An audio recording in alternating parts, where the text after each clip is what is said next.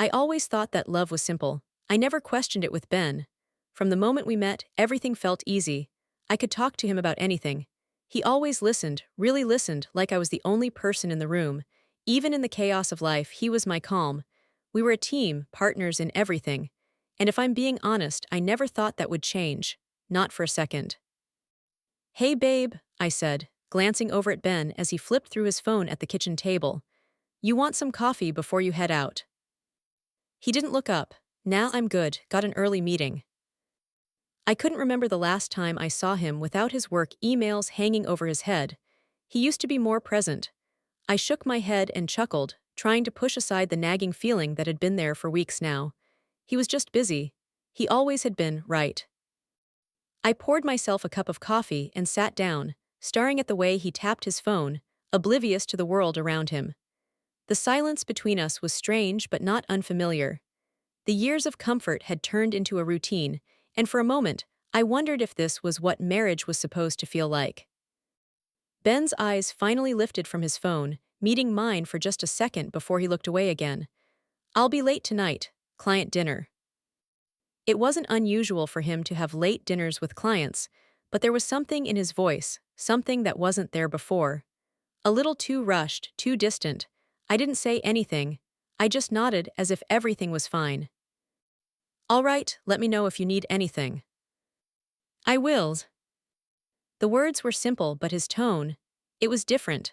The warmth that usually laced his words was gone, replaced by something colder, more detached. I pushed the thought away, burying it under the reassuring weight of our years together. When I kissed him goodbye later that morning, I felt it, a shift in the air between us. He kissed me back, but it was like his mind was elsewhere. Maybe it was nothing. Maybe I was overthinking things, but it didn't sit right with me. The kiss felt empty. After he left, I spent the morning doing the usual things. I folded laundry, prepped lunch, tidied up the house. I tried to focus on the mundane, hoping it would quiet the unease in my chest, but it didn't. It lingered like a dull ache. I hadn't even realized how much we'd been drifting until now. The late nights, the long hours spent on his phone, the rare moments when he actually looked at me. When was the last time he really looked at me? My phone buzzed. It was a message from Rachel, my best friend. Hey, how's everything? Want to grab lunch today? I paused, staring at the screen. I could almost hear her voice in my head, always so full of life and energy. I used to be that way too. I used to be excited about everything. Now, I couldn't remember the last time I felt that spark. I'm good, just a little busy. Maybe later. I didn't want to admit it, but I knew Rachel could see through my lies. She always had. I set the phone down and let out a long breath, trying to shake off the tightness in my chest. It wasn't just Ben. It was me too. I had been letting things slide, convincing myself that everything would work itself out. But what if it did? What if we were just two people passing through life together without truly connecting anymore? The day dragged on, and by the time I heard the front door open that evening, I could feel my stomach tighten. Ben came in, his tie loosened, his jacket tossed onto the chair. But the familiar smile I expected wasn't there. Instead, he gave me a quick peck on the cheek and grabbed a beer from the fridge. I'm going to crash for a bit, he muttered, his voice lacking its usual warmth. I didn't say anything, just watched him retreat to the bedroom, his presence fading into the quiet of the house. The silence felt thick, almost suffocating. I stood there in the kitchen for a moment, frozen, before I walked to our bedroom. He was lying on the bed, scrolling through his phone again. It was as if I wasn't even there. I stood at the door for a second, unsure of what to say. It felt like I was looking at a stranger. The man I married wasn't here anymore. Not fully. Something had changed. Ben, we need to talk, I said quietly, my voice betraying the uncertainty I felt. He glanced up at me, his eyes tired. About what? About us, I said, stepping into the room. About everything. His expression softened, but there was still a wall between us. We're fine, everything's fine. I swallowed, trying to ignore the hurt that was bubbling up. Are we, though? Because it feels like we're not. He set his phone down and sighed, rubbing his temples. Look, I've just been really busy, okay? Work, been a nightmare. Can we talk about this tomorrow? I'm exhausted. I nodded, but inside, I could feel the space between us growing wider. I wanted to reach out, to make him see me, to make him feel what I was feeling. But something told me it was already too late. Something had broken, and I wasn't sure how to fix it. That night, I lay in bed, staring at the ceiling, waiting for the familiar sound of his breathing to fall into a steady rhythm beside me. But it never came. He tossed and turned, lost in his own thoughts. And me, I was left with nothing but the cold emptiness of a bed that no longer felt like home. I closed my eyes, the quiet a harsh reminder of everything I was losing. My heart felt heavy, and no matter how many times I told myself to breathe, I couldn't shake the feeling that we were on the brink of something irreversible. The storm was coming, I just didn't know how bad it would be. The first time I started feeling it, I didn't want to believe it, but I knew something was off. Ben had always been the kind of guy who would drop everything for a conversation, for a laugh, for a hug.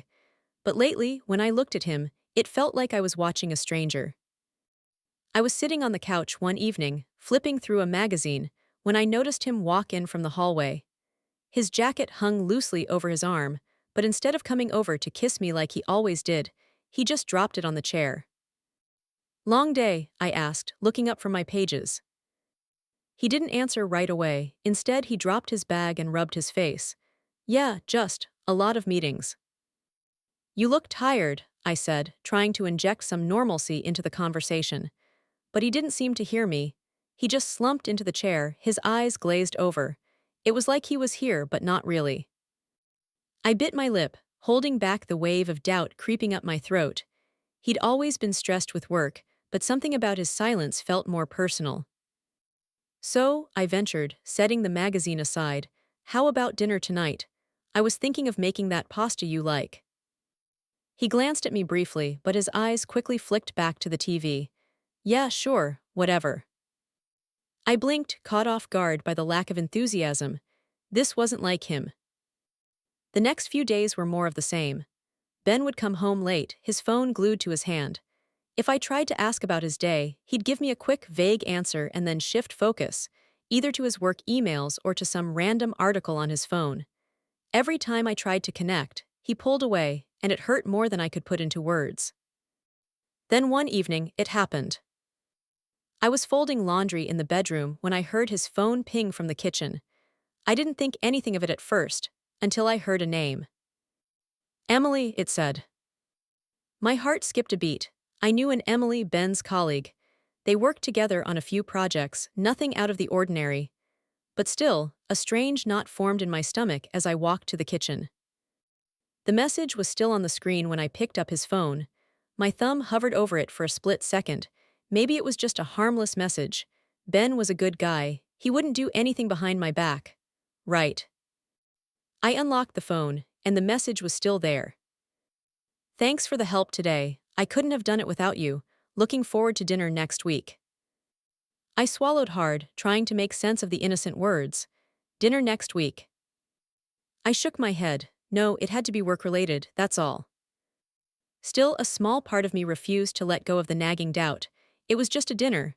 They were colleagues, nothing more. I put the phone down quickly, trying to breathe through the tightness in my chest. My thoughts raced, fighting each other for dominance. I had no reason to suspect anything, but I couldn't ignore the way he'd been pulling away. When he came into the kitchen a few minutes later, I could barely look at him. "Everything okay?" he asked, his tone light, almost casual. "Yeah, just tired," I said, faking a smile. My voice sounded weak even to me. Ben raised an eyebrow but didn't press. "Well, I'm going to grab a shower. You want me to pick up something for dinner?" I shook my head. "I'll handle it." As I watched him walk away, the phone message lingered in my mind, like a puzzle with missing pieces I wasn't sure I wanted to solve. But deep down, I felt something shift. The cracks that had appeared so subtly before had deepened. Later that night, we ate dinner in silence, the tension between us palpable. Ben ate his meal like he hadn't just been emotionally absent for the past week, and I pushed food around my plate, too scared to speak. "Something wrong?" he asked, noticing my lack of appetite. I forced a laugh. "No, just not hungry, I guess." He didn't look convinced but let it go. He always did. It wasn't until later that I saw the full picture. I was lying in bed, unable to sleep, when I heard his phone buzz again.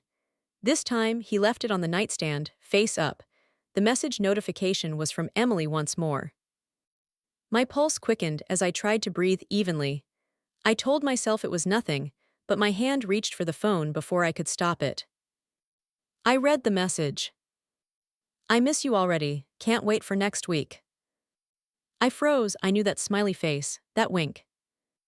It wasn't just friendly, it was personal. I stared at the screen, my thoughts whirling.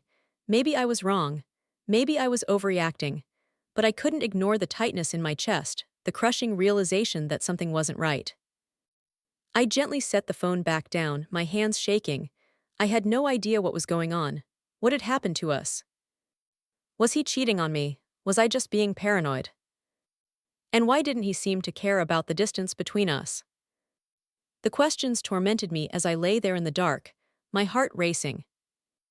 It was a Tuesday night when everything came crashing down. I wasn't looking for anything, not really. I just wanted to find my charger. Ben had left his laptop open on the kitchen counter, the screen glowing in the dim light. My hand hovered over the charger, but my gaze flickered toward the laptop. His inbox was open. And there it was, Emily. I froze, my pulse immediately spiked. I wasn't going to read it, I was. But curiosity, that gnawing curiosity, pushed me closer. I couldn't help it. I clicked open the email. It wasn't just a casual work exchange like I'd expected. The subject line read, "Looking forward to our weekend getaway." My breath caught in my throat. Weekend getaway. I stared at the screen, trying to wrap my mind around what I was reading. We hadn't planned a weekend getaway. The last time Ben had mentioned a trip, it was a work thing, a conference, nothing special. My mind raced. There was no mistake, no innocent explanation. I clicked open the email. "I can't wait to see you, Ben. It's been way too long. Let's make this weekend unforgettable. I've already booked us a cabin, just the two of us. We'll take care of the rest when we get there. Miss you." My stomach twisted. I slammed the laptop shut, the sound of it snapping shut almost as loud as my heartbeat.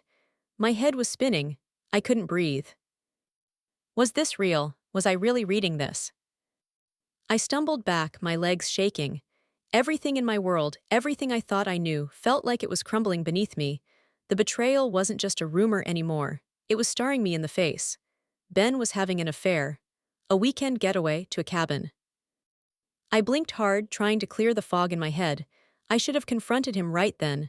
I should have screamed. I should have demanded answers. But the words wouldn't come. Instead, I just stood there, staring at the closed laptop, frozen in disbelief. I walked away. The walls of the kitchen felt too tight. Ben was upstairs, probably showering after his late work meeting, completely oblivious to the storm brewing downstairs. The anger started to build, but so did the confusion. Was it possible? How could I have missed this? All this time, I'd been looking at him, loving him, thinking we were building something. And now this was what he'd been hiding. I paced back and forth in the living room, my mind a whirlwind. How could he do this to me, to us? My phone buzzed. It was a message from Rachel. "How are you doing? Want to talk tonight?" I couldn't think straight. I couldn't talk. Not yet. I needed answers first. I needed more than an email. I sat down, my hands trembling as I typed out a response. "I'll call you later." I needed to figure this out on my own. I couldn't let anyone else see me like this. Not yet. I stood up again, paking, my mind running wild. Should I confront him now, or should I dig deeper first? The thought of waiting, of letting him get away with it, made my skin crawl. But what if I was wrong? What if I was overreacting? I needed more proof. I didn't know what I was doing. My thoughts were clouded with rage, but I was methodical, digging through his things like a detective on a mission. His phone, the hotel receipts. I couldn't stop. I had to know. I had to know. I grabbed his jacket from the hallway, my fingers shaking as I rifled through the pockets. Nothing. I moved to his work bag. I dug through papers and notebooks, but nothing. Then, tucked inside a side pocket, I found a receipt. A hotel receipt from a weekend getaway, just like the email said. The dates matched, the location matched. I felt like I'd been hit by a freight train. The world around me blurred. The receipt was crumpled in my hand, my knuckles white from gripping it too hard. I wanted to scream. I wanted to break something. But I didn't. I just stood there, staring at the paper, trying to convince myself that I hadn't just seen what I thought I'd seen. It was real. This wasn't some misunderstanding. This wasn't me being paranoid. He had lied to me. He had betrayed me. I dropped the receipt. The floor felt too cold beneath my feet, as if the whole house had turned against me. I needed him to come downstairs so I could finally confront him, but my body wouldn't move. I couldn't make myself walk up those stairs. The thought of facing him, of hearing him lie to my face, made my stomach churn. Instead, I went into the kitchen. I needed to do something, anything, to keep my mind from spiraling even more. My fingers shook as I poured myself a glass of wine, but it didn't help. The cold reality of what was happening hit me harder with every passing second. I heard footsteps. Ben, he was coming down. I felt my heart race. My body tensed. I couldn't breathe. "Hey," he said, walking into the kitchen. His face was calm, like he hadn't just shattered my entire world. "You good?" I turned to face him, trying to force my voice to remain steady. "You're a liar, Ben." He froze. The blood drained from his face, but he didn't answer. "You're seeing Emily." The words felt foreign coming out of my mouth, like I couldn't believe them, even though I had all the proof I needed. His eyes widened, panic flashing across his face. "What are you talking about?" I threw the hotel receipt on the table between us. "Don't lie to me, Ben. I found everything." For a long moment, he said nothing. His eyes shifted, darting to the receipt and then back to me. The silence was suffocating. Finally, he spoke. "It's not what you think." I laughed, the sound bitter in my own ears. "Not what I think. How long has this been going on? How many weekends have you spent with her?" Ben opened his mouth to respond, but I wasn't listening anymore. I was suffocating in the raw pain of it all. The betrayal, the lies, the shattered trust. I turned and walked away, my mind spinning, my heart breaking. I couldn't do this anymore. I didn't know what I was expecting when I saw Ben standing there in the hallway, looking so normal, like he hadn't just shattered my world. Maybe I thought he'd say something, anything, to make this nightmare feel less real. But when our eyes met, I knew. He knew I knew. I stood there, frozen for a second, the weight of everything pressing down on me. My heart was pounding in my chest, so loud that it drowned out everything else. The receipt, the emails, the texts, they all ran through my mind in a blur. I wanted to scream, but instead I just walked toward him, slowly, deliberately. "Ben, we need to talk," I said, my voice tight. I tried to keep it calm, but I knew it was slipping. He didn't move, just stood there like a deer caught in headlights. "About what?" I almost laughed. "Don't play dumb, I know about Emily." His eyes flickered, just for a second. Then he looked away, his jaw tightening. "I don't know what you're talking about." My body shook with a mix of fury and disbelief. "You don't know what I'm talking about." I raised my voice before I could stop myself. "How about the hotel receipt, or the weekend getaway, the texts, Ben, the ones where you're making plans with her, and don't tell me it's just work. I'm not stupid." He ran a hand through his hair, looking anywhere but at me. "Look, it's not what you think." "Then what is it? Because right now, it looks like you're cheating on me." I said the words out loud, and they cut through me like a knife. The reality of it still felt surreal, but hearing it out loud made it so much worse. He rubbed his face, clearly trying to think of something to say. "It's just a few texts, just a harmless flirtation. Nothing happened, okay?" I felt like the floor dropped out from under me. "Nothing happened," I repeated, my voice trembling. "You're telling me nothing happened after all those late nights, all the lies and the secrets?" Ben's face hardened and he crossed his arms. "You're overreacting. It was just one weekend, and you don't understand how much pressure I've been under at work. Emily, she just helped me get through it, that's all." I shook my head in disbelief. "Pressure? That's your excuse. You're emotionally cheating on me, Ben, and that's all you have to say." I could feel my voice crack and the tears were already threatening to spill, but I fought them back. "Where were you when I needed you, huh? All those nights you came home late and I felt like I was talking to a ghost. You were with her, weren't you?" He flinched at the truth of it, but then he opened his mouth, his words dripping with manipulation. "I wasn't with her like that. It was nothing like that, okay? You know how I am, I just need someone to talk to sometimes. It wasn't about you. He shrugged, almost like he didn't care. You're too sensitive, you always are, and now you're turning this into something bigger than it is. My chest tightened, the anger boiling over. I'm too sensitive. Is that how you see it? All these years I've been nothing but supportive, I trusted you, I loved you, and you've been out there betraying me. Ben opened his mouth, but nothing came out at first. Then he sighed, looking exasperated. This is stupid. I never wanted to hurt you. I did love you, but this. It wasn't supposed to be anything serious. Not serious. I could barely keep my voice steady. You go on a weekend getaway with another woman, and you're telling me it's not serious. It's just a mistake, he said, almost like he was trying to convince himself. It meant nothing. You're blowing this way out of proportion. I couldn't breathe. Nothing, you've been lying to me. You've been distant for months now and you keep saying it's just work, but it wasn't just work, was it? My hands were shaking and I wiped my face, fighting the tears. You've been checked out, Ben, and now I know why. He stepped closer, but the look on his face was more defensive than apologetic.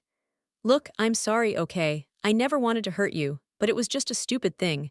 I've been under pressure and you haven't been there for me. It's not all my fault. The words hit me harder than anything else he'd said. I haven't been there for you, I repeated, my voice rising. I've been here, Ben, I've been here through everything, and you've been shutting me out. You've been hiding behind your work, your phone, your lies. And now, it's my fault. He didn't say anything to that. His silence was like a slap across my face. It was all I needed to know. He wasn't sorry. He wasn't even guilty. He was just defensive. He wasn't the man I thought I knew. The man I married wouldn't have done this. He wouldn't have put me through this. I can't do this, I whispered, my voice breaking as the weight of everything hit me. I wanted to scream, I wanted to hit him, but instead I just stood there, my legs shaking. I don't know who you are anymore. He stared at me, and for a moment I thought I saw a flicker of something, guilt, regret, maybe even shame, but it disappeared just as quickly. I still love you, he said, his voice soft now, but it didn't reach me. I'm sorry, we can work through this. I didn't believe him, not anymore. You don't get it, Ben, I said, my voice steadier than I felt. You don't get that love isn't just words, it's actions, and you've shown me nothing but betrayal. You've torn everything we had apart, and I can't fix that. His expression hardened again, but it wasn't anger this time. It was something else, something darker. So what now? You're just going to walk away, just like that? I nodded, my throat closing up. Yeah, I think I am. I turned away before he could say anything else, not wanting to hear him make promises he didn't mean. I had no idea what came next, but one thing was certain, whatever this was between us, it was over. I couldn't stop thinking about it, Ben and Emily. It was all I could think about. Every time I closed my eyes, all I could see was him with her. I had the image burned into my mind, their smiles, the weekend away, the words he'd said, the lies. I had to know, I had to find out everything. It started small, just checking his phone when he wasn't around. At first, I told myself I was being paranoid. But then I found more. Texts, emails, old receipts, the same names kept popping up. Emily. Every time he left his phone unattended, I found something new. And it wasn't like it was just casual flirting. The words were more intimate. I started getting up in the middle of the night, sneaking into his office to check his laptop. Each time, I convinced myself it was the last time, but it never was. The obsession was taking over me, gnawing at me, feeding the rage that bubbled under my skin. One night, I was lying awake in bed, staring at the ceiling. Ben had fallen asleep beside me, his breathing steady, but I couldn't sleep. I couldn't shut my mind off. I pulled out my phone and opened the contacts. Emily. There she was, her name taunting me, like a cruel reminder of everything I had lost. I stared at it for what felt like an eternity, my finger hovering over the number. Should I call her? What would I even say? The thought of confronting her made my stomach churn, but I needed to know the truth. I had to hear it from her. Maybe she'd lie too. Maybe she'd try to twist everything, but I needed to hear it, even if it destroyed me. I put the phone down. I couldn't do it. I wasn't ready. But I also couldn't shake the feeling that I was losing my mind. Ben woke up at some point during the night. He rolled over and wrapped an arm around me, pulling me closer. I could smell the faint scent of his cologne mixed with the sheets, but all I could feel was the emptiness inside me. The touch didn't comfort me anymore. "What's going on with you?" Ben's voice was groggy, but there was an edge of concern in it. I didn't answer right away. My heart was pounding, but I didn't want him to know how deeply I was unraveling. I didn't want to give him the satisfaction of knowing he was breaking me from the inside out. "Nothing," I said, my voice flat. "Just tired." He didn't press, he never did anymore. The silence between us was deafening, he didn't seem to notice the distance growing. The next few days passed in a blur. I went through the motions, but everything felt fake. Work, the grocery store, coffee with Rachel, it all felt like a mask I wore so no one would see what was happening inside my head. Rachel had started asking me questions. She noticed the changes, of course. "You don't seem like yourself lately," she said, her eyes searching mine with concern one afternoon. "What's going on with you?" I wanted to tell her everything. I wanted to scream about the betrayal, the lies, the hurt, but the words wouldn't come. I felt like I was drowning in my own emotions, and all I could do was nod. "I'm fine," I said, trying to force a smile. "Just a little stressed." She didn't look convinced. "You don't have to go through this alone, you know." But I wasn't ready to let anyone in. Not yet, I didn't even know how to explain it. What would I say? "Hey, my husband is cheating on me and I'm losing my mind." I wasn't even sure what to do with it myself. I began to obsess over every detail. Every time Ben left the house, I kept track of his movements. I'd check the clock when he walked out the door, and then I'd check it again when he came back, noting the time, the changes. The late hours. The strange excuses. I'd stare at his phone when he wasn't looking, half-hopping to catch him in a lie. But it wasn't just about the phone anymore. I started watching his every move. I began reading the smallest cues, the way he answered his texts too quickly, the way he never looked me in the eye when he spoke about Emily. The coldness had grown between us like a wedge. And I hated it, but I couldn't stop. One afternoon, I was sitting at the kitchen table when Ben's phone buzzed again. I knew he'd left it in the living room. Without thinking, I stood up, my hands shaking. I grabbed the phone off the counter and opened it, my heart hammering in my chest. It was a message from Emily. "Can't wait for tonight, I'm counting the minutes." I squeezed my eyes shut, fighting the anger that was rising in me. He was still lying, still sneaking around, still pretending everything was fine between us. And I couldn't let it go. I couldn't just let him keep playing me for a fool. I wanted to throw the phone across the room. I wanted to confront him right then. But I couldn't. I was paralyzed by my own rage and confusion. Was I crazy for doubting him, or was this the truth? I slid the phone back onto the counter, my hands still shaking. I didn't know who I was anymore. The woman I used to be, the woman who trusted him, was slipping away. I couldn't keep pretending everything was okay. That night, after dinner, I stood in the kitchen, watching him finish his plate, and the words finally tumbled out. "I know about Emily." Ben froze mid-bite, his face draining of color. "What?" I didn't need to say anything more. The look in his eyes told me everything. He was caught. But even then, even with everything hanging between us, all I felt was a hollow emptiness. I wanted to scream, but the only thing I could do was quietly walk away. I needed answers, I needed to know, but I also knew one thing for sure: I was losing myself in this, and I wasn't sure I could find my way back. I never expected to meet Emily. I thought I'd only see her in texts and emails, those little glimpses into the life Ben had been keeping from me. But there she was, standing in front of me, smiling like nothing was wrong, like she hadn't just torn my world apart. It was a Thursday. Ben had gone to a client meeting, or so he said. I was packing the living room, trying to calm the whirlwind of thoughts in my head when the doorbell rang. My heart skipped. It was too early for any delivery, but I didn't recognize the number on the caller ID. I opened the door, and there she was, Emily.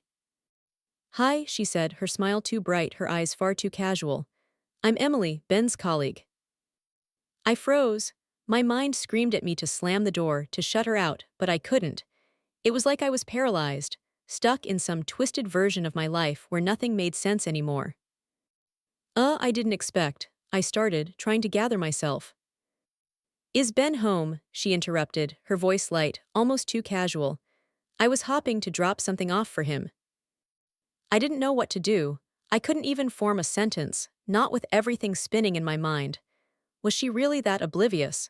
Or was she trying to manipulate me, trying to get in my head with her fake kindness? No, I said finally, my voice sharp, betraying my confusion and anger. He's not here. She nodded, but there was a flash in her eyes that I didn't quite understand. Oh, well, I'll just leave it with you then, she said, holding out a small package wrapped in brown paper. I took it from her, the action mechanical, as if my body was working on its own, separate from my mind. I glanced at the package, then back at her, my thoughts racing. What was I supposed to do now? Ask her about the weekend? Confront her about the affair? I'll let him know you stopped by, I said, my words strained, my anger barely held in check. Emily's smile didn't waver. She didn't seem nervous at all. Instead, she took a step closer. Tell him I'll be free later this week if he wants to grab a coffee. He's been so busy, and I just miss our talks. My stomach churned. She was talking about him like they were just friends, just a couple of colleagues. It was all a game to her. I felt my hands clench into fists, but I said nothing. I just nodded, fighting back the tears that were threatening to spill. She had no idea what she was doing, or maybe she did. I'll let him know, I repeated, though I didn't know if I could handle another second of this conversation. Okay, she said, still smiling. It was nice meeting you. She turned and walked away, leaving me standing in the doorway with the package still clutched in my hand. I closed the door slowly, the sound of it echoing in the silence that followed.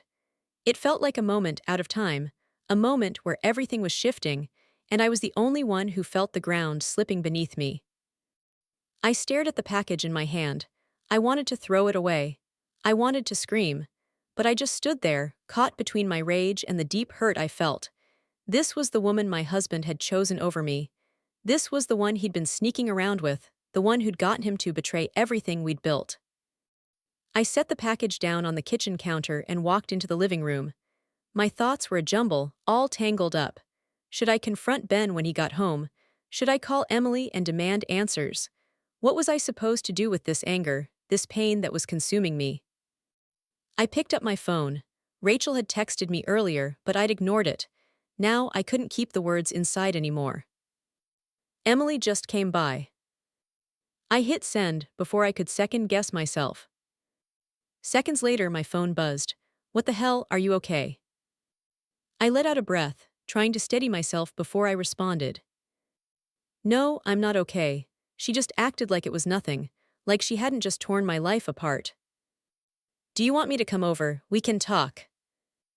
I paused. I needed someone to talk to, but I wasn't ready to spill it all out. Not yet. No, I need to think. I'll be fine. But I wasn't fine, not even close. I wanted to rage, to throw something, to make her feel the way I felt. But I knew it wouldn't help. It wouldn't make this pain go away. Ben came home later that evening, just like always, acting like everything was normal. But I wasn't fooled anymore. You okay? He asked, his tone casual, as if everything between us hadn't shifted in a matter of hours. I stared at him. He had no idea I'd just met Emily.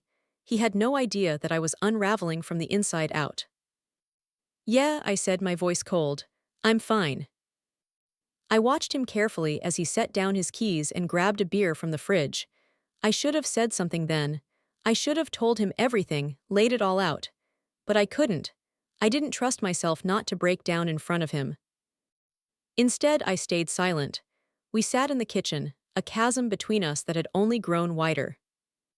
He spoke again after a few minutes. How was your day? I almost laughed. Fine. I couldn't look at him, couldn't pretend anymore that I didn't know what he'd been up to.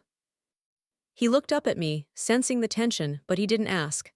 Not yet. He probably thought I'd just get over it, that everything would go back to normal if he just acted like nothing had changed. But everything had changed, and I couldn't ignore it any longer. The house felt suffocating. I hadn't been able to breathe in days, not really. Every room, every corner, every piece of furniture seemed to be a reminder of what Ben had done. How he'd shattered everything I thought I knew about us. Every time I passed the living room, I could hear his voice in my head. I could hear his lies echoing around me. I was done pretending, done trying to hold it all together for him. I had spent so long being that person, the one who made excuses, the one who believed in his lies, the one who forgave him over and over. But this time, I wasn't going to bury it. I wasn't going to let him make me feel small anymore. Ben came home late again that evening, like he always did, slipping in quietly with his bag in hand. He smiled at me as if nothing had changed, like I wasn't standing there, about to explode. I couldn't hold it in any longer. "Ben," I said, my voice low but sharp. He glanced up, his casual smile fading slightly. "Yeah. I know everything. I know about Emily, I know about the weekends, all of it." His face went pale, the smile disappeared completely. He opened his mouth to speak, but I didn't let him.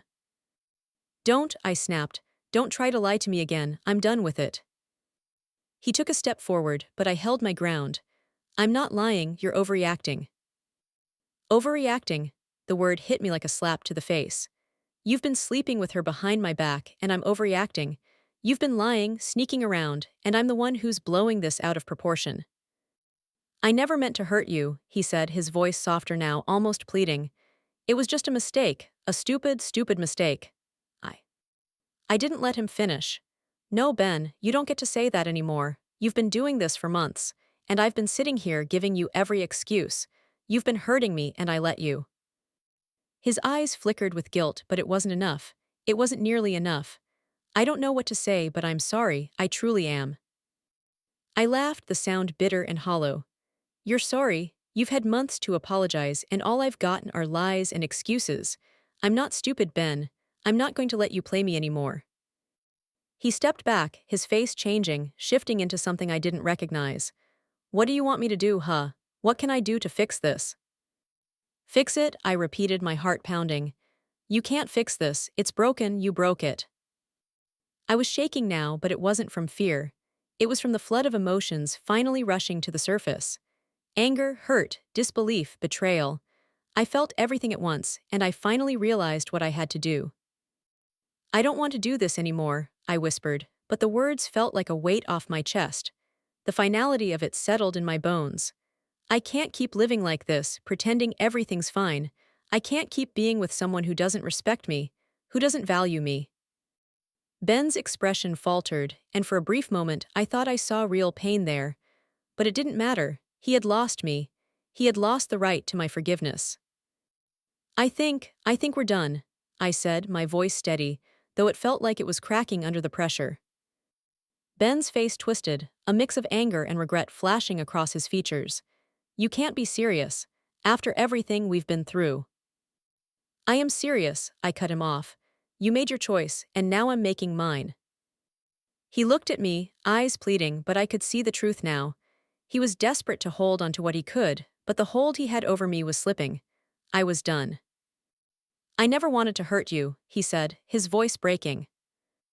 I shook my head. "Well, you did, and now you're going to have to deal with the consequences." I turned away, unable to look at him any longer. It was over. For real this time. The man I had loved, the man I thought I knew, wasn't the man standing in front of me now. Ben's voice followed me as I walked toward the door. "Please, don't do this." I stopped, just for a moment. I didn't turn around, but I spoke. "I'm not doing this for you, Ben. I'm doing it for me. I can't keep living in this lie." I didn't hear him say anything else. I didn't need to. I had made up my mind. I didn't want to go far, but I needed air. I needed to breathe. My legs carried me outside, into the cool night, away from everything that had once felt like home. I sat on the porch, my body trembling, but it wasn't from cold. It was from relief. I had done it. I had finally taken control of my life. I was free. I could feel the weight of it lifting off me. The shackles of betrayal were breaking, and I was standing tall, on my own. My future was mine again. The next few days were a blur. I don't know how I got through them, but I did. I filed for divorce. I told my family, my friends, I didn't care anymore. I was taking back my life. And when I did, when I finally stood up for myself, I felt a power I hadn't known was there. I wasn't the broken, confused woman who had let him walk all over her. I was stronger. I was someone who knew her worth. And no one could take that away from me. The past few weeks have felt like a slow unraveling of everything I used to know. I've gone from being that woman, angry, betrayed, questioning everything, to this new version of me, someone who's slowly piecing things back together. It's been messy, painful, but I'm finally starting to breathe again. Ben tried to call. I saw his name on my phone screen twice over the last few days, but I didn't answer. I couldn't. Part of me still wanted to hear him say he was sorry, but that part was dying. Fast. I wasn't going to let him back in, not after everything. When I got the news about Emily, I almost couldn't believe it. She'd been cheating on him with someone else. Karma, right? The woman he'd left me for had found someone who could give her what she wanted, and it wasn't him. I didn't know what I expected, but when I heard that Emily had dumped him, I couldn't suppress a strange mix of satisfaction and sorrow. Was I supposed to feel happy about his downfall? Maybe a part of me did. But I was no longer angry. The anger had burned itself out, leaving only the ashes of what once was. I had to admit, part of me wanted to go to him, look him in the eye and say, "I told you so." But I didn't need to, he knew it. I knew it. And deep down, he'd always known this was coming.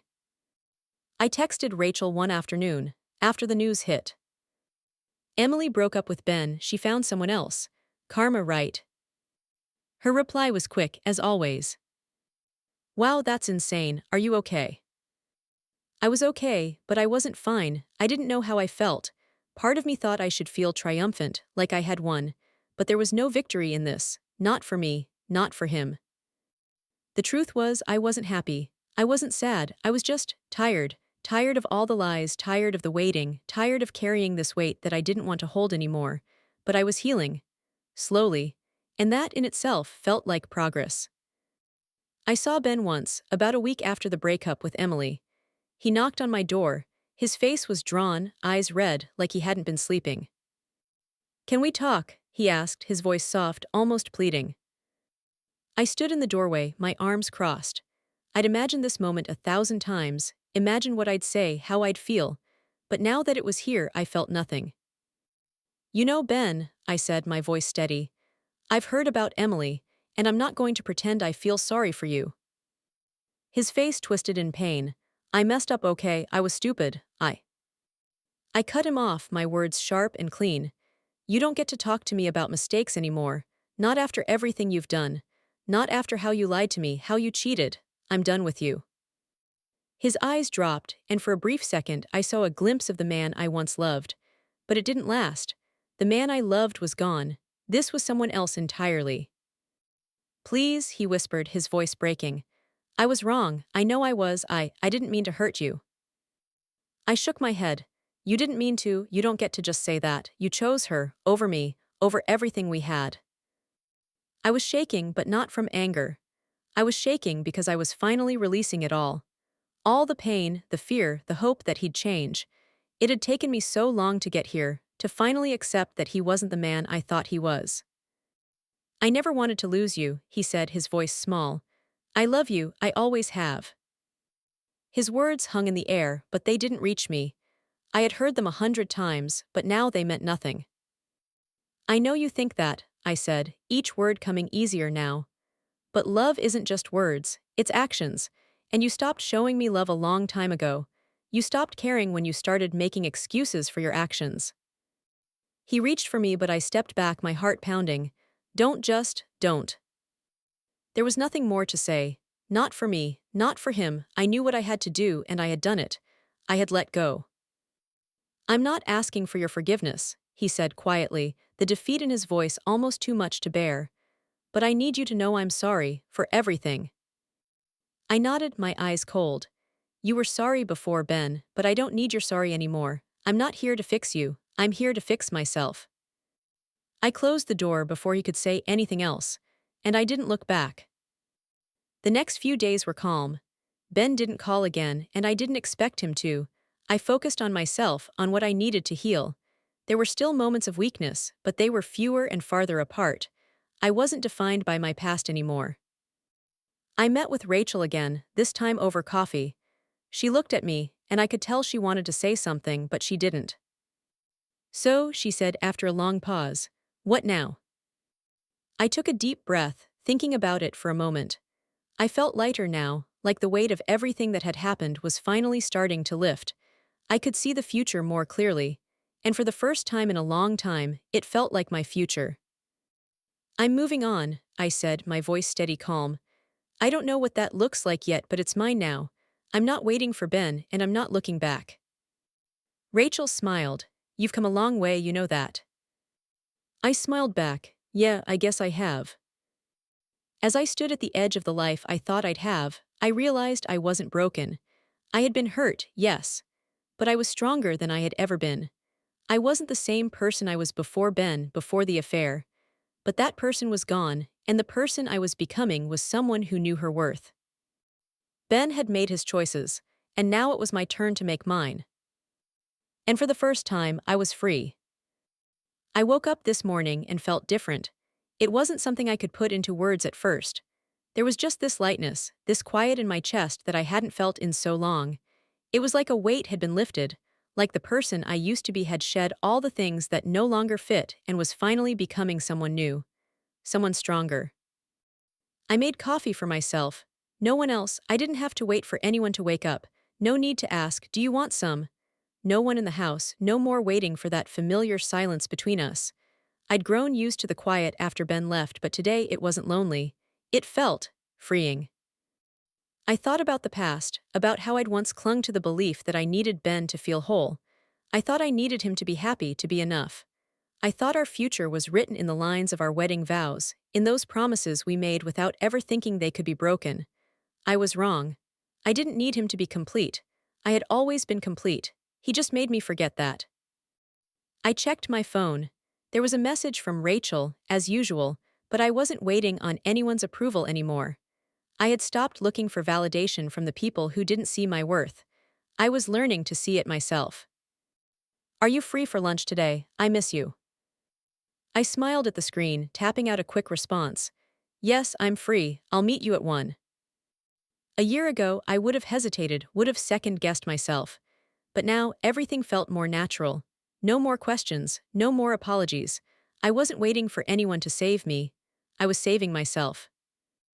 As I walked to the cafe, I couldn't help but think about how far I'd come. A few months ago, I was consumed with pain, with anger. I was caught in the cycle of doubt and heartbreak, not sure how I'd ever be okay again. And now I was stepping into a life that was mine, a life where my worth wasn't defined by someone else's betrayal. When I arrived, Rachel was already there, sitting by the window, her eyes lighting up when she saw me. She jumped up and gave me a hug, and I could feel her warmth, her love. But it wasn't the kind of love I had needed from Ben. It was the love of a friend who had stood by me, who had seen me through my lowest moments without asking for anything in return. You look amazing, Rachel said as she pulled away, eyes scanning me. Like, really amazing. I laughed, brushing a stray hair behind my ear. Thanks, I think I'm finally starting to feel it too. We sat down, and for the first time in a long time, I wasn't thinking about Ben, about Emily, or any of the mess they had caused. It was just me and Rachel talking about the future, about my plans. There was no tension, no awkwardness, just the feeling of moving forward. I'm thinking about going back to school, I said, surprising even myself. Maybe something with art or design. I've always wanted to do it, but I kept putting it off. Not anymore. Her eyes widened. That's amazing, you've always been creative, I think you'd crush it. I felt a spark of excitement. It was something I had pushed down for so long, convinced I wasn't good enough or smart enough to make it. But now, I was starting to believe that I could do whatever I wanted. I didn't need anyone's permission. I didn't need to apologize for wanting something more. I'm proud of you, Rachel said, her voice sincere. You've been through hell and look at you now, it's like you've completely changed. You're finally living for yourself. It was a moment of realization. I had been living for others for so long, trying to be the perfect wife, the perfect partner, the perfect everything. But the truth was, I had never lived for me. I had always been so scared of losing someone that I had lost myself. And now I was finding myself again. Lunch passed in a blur of laughter and light conversation. For the first time in a while, I felt light, free. There was no weight on my shoulders. There was no anger bubbling beneath the surface. There was only me, finally accepting who I was. Later that evening, I sat by the window in my apartment, watching the sun set. It was peaceful. I had never realized how much I had missed peace until it returned. I thought about Ben, about the affair, about the pain I'd felt. It had been real, and it had hurt more than I ever thought I could bear. But now, it was just a chapter in my story, not the end. I stood up and walked to the small desk by the wall. I opened my laptop and began looking at classes. My heart raced as I scrolled through the options, my mind filled with possibilities. This was mine. This future was mine to create. I had learned so much from the past few months, about betrayal, about myself. I had learned that strength wasn't about enduring the pain in silence. It was about owning it, feeling it, and then choosing to walk away from it. It was about stepping into a new life, no matter how scary it seemed. And most importantly, it was about remembering who I was before anyone else told me who I should be. I was no longer the woman who had waited, the woman who had hoped. I was the woman who had chosen herself, and I was ready for whatever came next.